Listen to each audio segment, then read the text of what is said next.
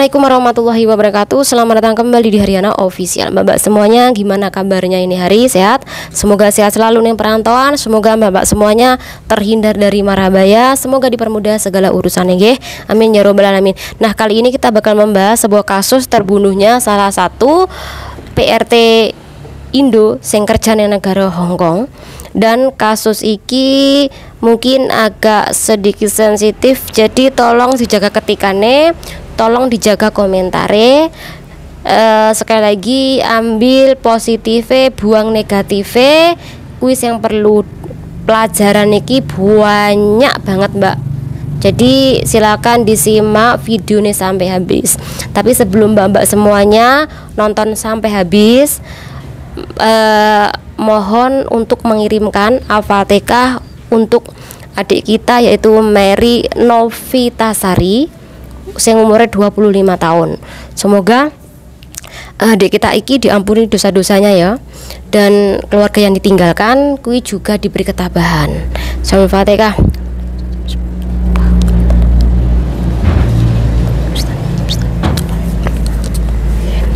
Nah, kawan-kawan semuanya, iki rurutan dari kasus yang mungkin mempermudah kawan-kawan untuk memahami bagaimana kronologinya. Oke, kita bakal memulai kawan-kawan. Jadi tanggal 28 Oktober 2024 jam 7.45 pagi, ada warga lokal yang statusnya sebagai staf taman yang bekerja di daerah Aberdeen, tepatnya di Bay Park dekat air terjun. Kui sedang ngecek atau sedang keliling, kan tugasnya sebagai staf taman ki keliling. Nah, beliau iki tiba-tiba melihat ada di bawah sana air terjun, kui ada yang mengapung, seorang perempuan. Nah, ketika perempuan kui mengapung di situ, dia pertama itu awalnya nggak tahu kalau iki adalah mayat manusia, dikirain itu robot. Makanya dia turun ke bawah ini untuk memastikan ini bener nggak manusia atau robot-robotan. Setelah dia turun, ternyata kui mayat, Mbak. Nah, ketika dia mengetahui itu mayat, barulah staf taman kui telepon polisi. Jam 7:55 barulah polisi datang di tempat kejadian. Dan tidak hanya polisi, tapi tim medis juga diterjunkan, dan kemudian pemadam kebakaran itu juga diterjunkan untuk mengevakuasi korban ini. Setelah itu Mbak E dibawalah ke rumah sakit untuk diotopsi. Tapi di dalam berita yang saya baca, mereka kui hanya bilang perempuan muda Asia Tenggara ditemukan meninggal di air terjun Bay Park Aberdeen, Hongkong. Itu aja, Mbak. Mereka belum mengantongi identitas dari yang meninggal ini. Setelah itu di tanggal 28 juga, polisi ki awalnya mengira iki koyo tenggelam. Tapi setelah otopsi kui keluar, Mbak, polisi iki bilang bahwa koyo mayat perempuan muda iki dibunuh. Karena polisi iki setelah diotopsi iki ya menemukan kepala bagian belakangnya Mbak iki luka akibat benda tumpul, dan juga tubuhnya iki pada memar-memar, Mbak. Jadi ketika dia iki memar bagian tubuh, luka parah di bagian kepala belakang, polisi juga belum menemukan identitas dari korban, karena di lokasi polisi cuma menemukan patah dong, kemudian kunci rumah, kemudian juga pakaian ganti. Nah, setelah polisi tanggal 29 tadi iki melakukan otopsi dan dia tahu kalau mayat itu adalah korban dari pembunuhan, barulah hari itu polisi beserta personil yang lain diterjunkan kembali ke lokasi penemuan mayat tadi, Mbak. Jadi difoto, dibuat dokumentasi, kemudian mayate tadinya di mana kuwi foto juga, dan kemudian dicek CCTV perempuan iki sama siapa sih ke situ. Setelah dicek ini CCTV, ternyata perempuan muda iki ke danau iki sama seorang laki-laki bule, dan keduanya iki tertangkap CCTV jam 11 malam kui numpak taksi menuju ke air terjun tadi, dan kui tanggal 27 Oktober 2024 kawan-kawan. Nah ini setelah polisi mengantongi bukti kalau dia iki bukan mati tenggelam. Dari CCTV kui polisi ngelihat laki-laki itu siapa. Setelah dicek ternyata dia iki adalah kewarganegaraan Inggris sing umurnya 34 tahun, dan dia iki tinggal di South Horizon Peninsula Apicau. Barulah polisi ke situ untuk menangkap dan juga memintai keterangan Mbak. Tapi ketika polisi tanggal 29 Oktober kui ke rumah pelaku, itu pelaku sudah melarikan diri. Jadi pelaku kui ditintong-tintong rumahnya tidak ada, dan kemudian polisi yakin dia iki pelakunya karena melarikan diri. Akhirnya kui polisi langsung mengunci identitas mereka. Jadi mereka mau kemanapun, mau keluar dari Hong Kong melalui KCR, keluar Hong Kong melalui pesawat, kui nggak bisa Mbak, karena data-data mereka kui wis dikunci. Benar, ketika mereka kui mau ke kereta cepat atau KCR di daerah West Kowloon sana, mereka tertangkap Mbak. Mereka memang memiliki niat untuk ke Cina, jadi mereka melarikan diri ke Cina.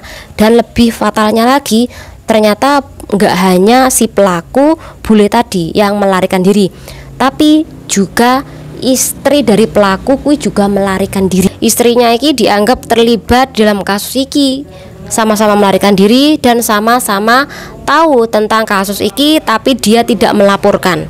Jadi istrinya pun iki juga dituduh bersekongkol Mbak. Bule iki juga ngomong kalau PRT iki adalah PRT asal PL Mbak. Jadi dia iki nggak jujur kalau PRT yang ia kenal kui berasal dari Indonesia.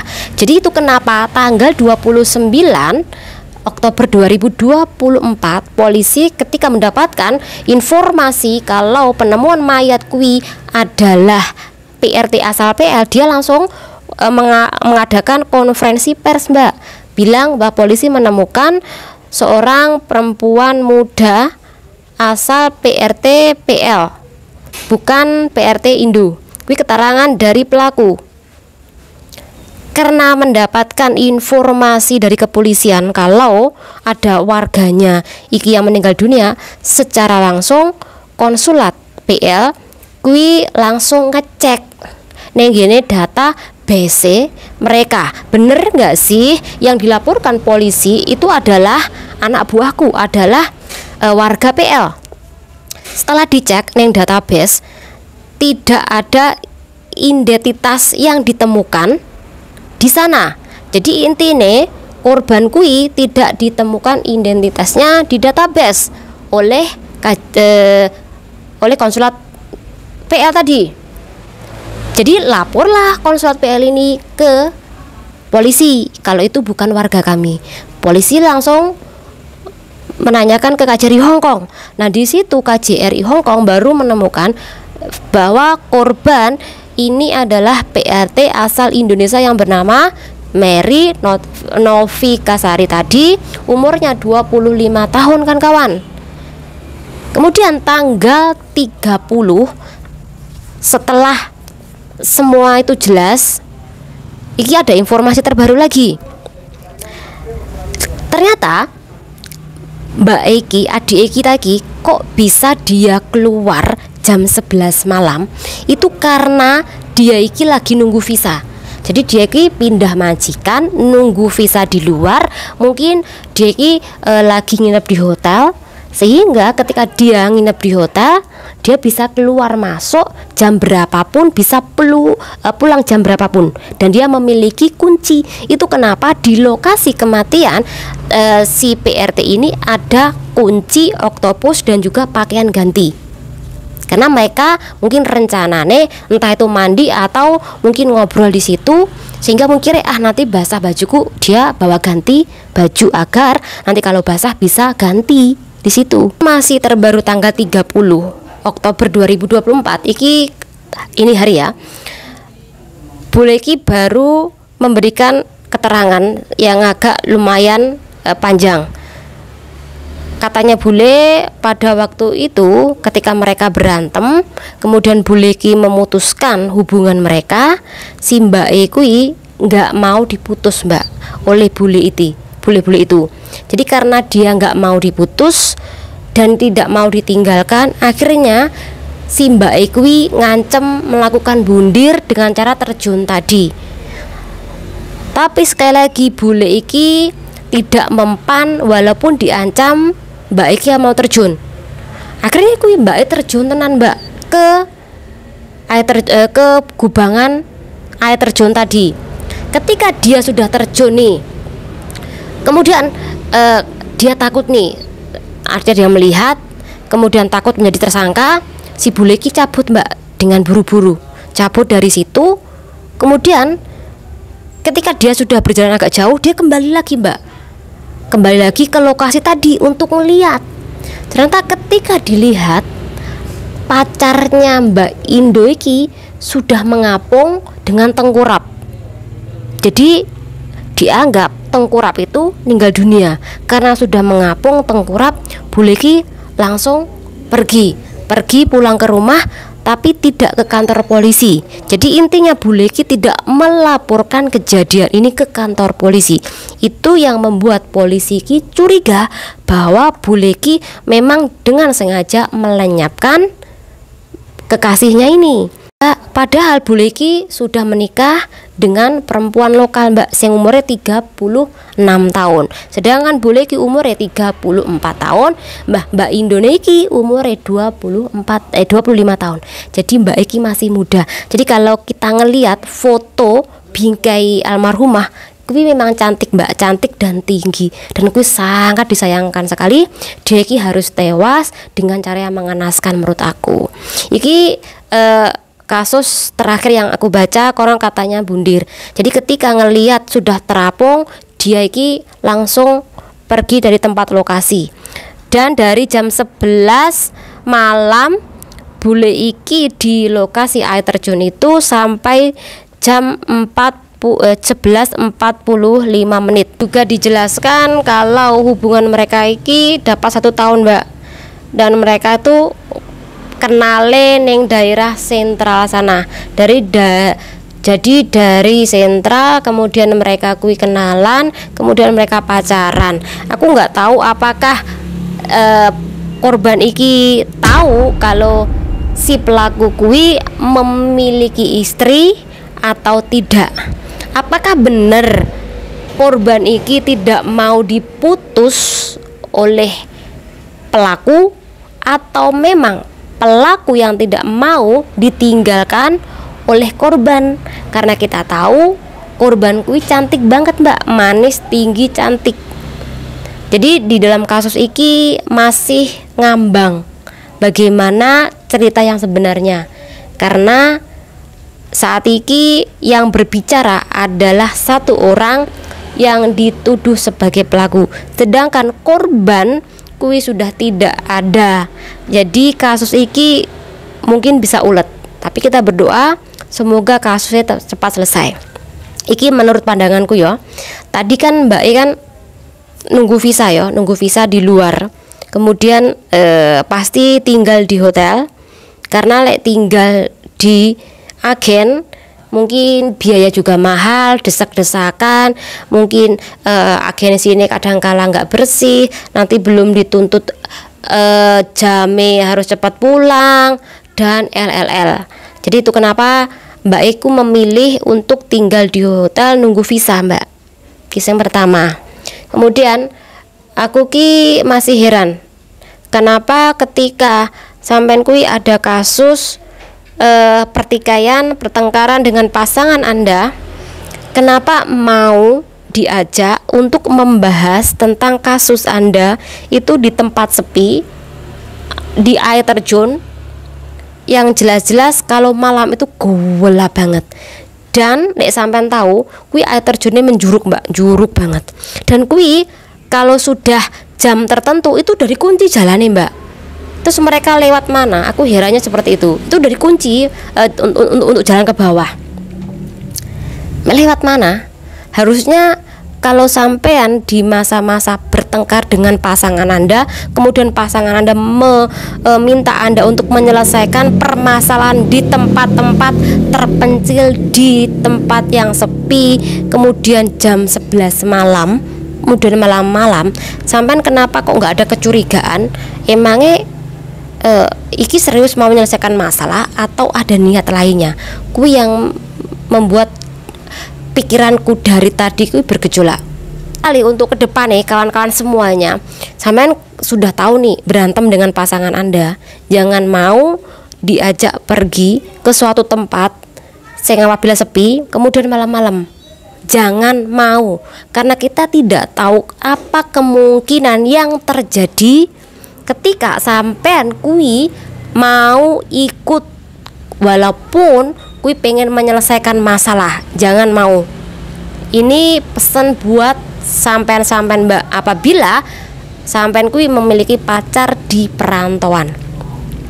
Kemudian menurut pandangan aku, mungkin istrinya kui mengetahui kalau suaminya iki memiliki selingkuh dengan PRT asing di negara Hong Kong. Dan istrinya kui nggak terima kalau suaminya selingkuh, akhirnya menyuruh suaminya untuk memutuskan cewek selingkuhannya itu.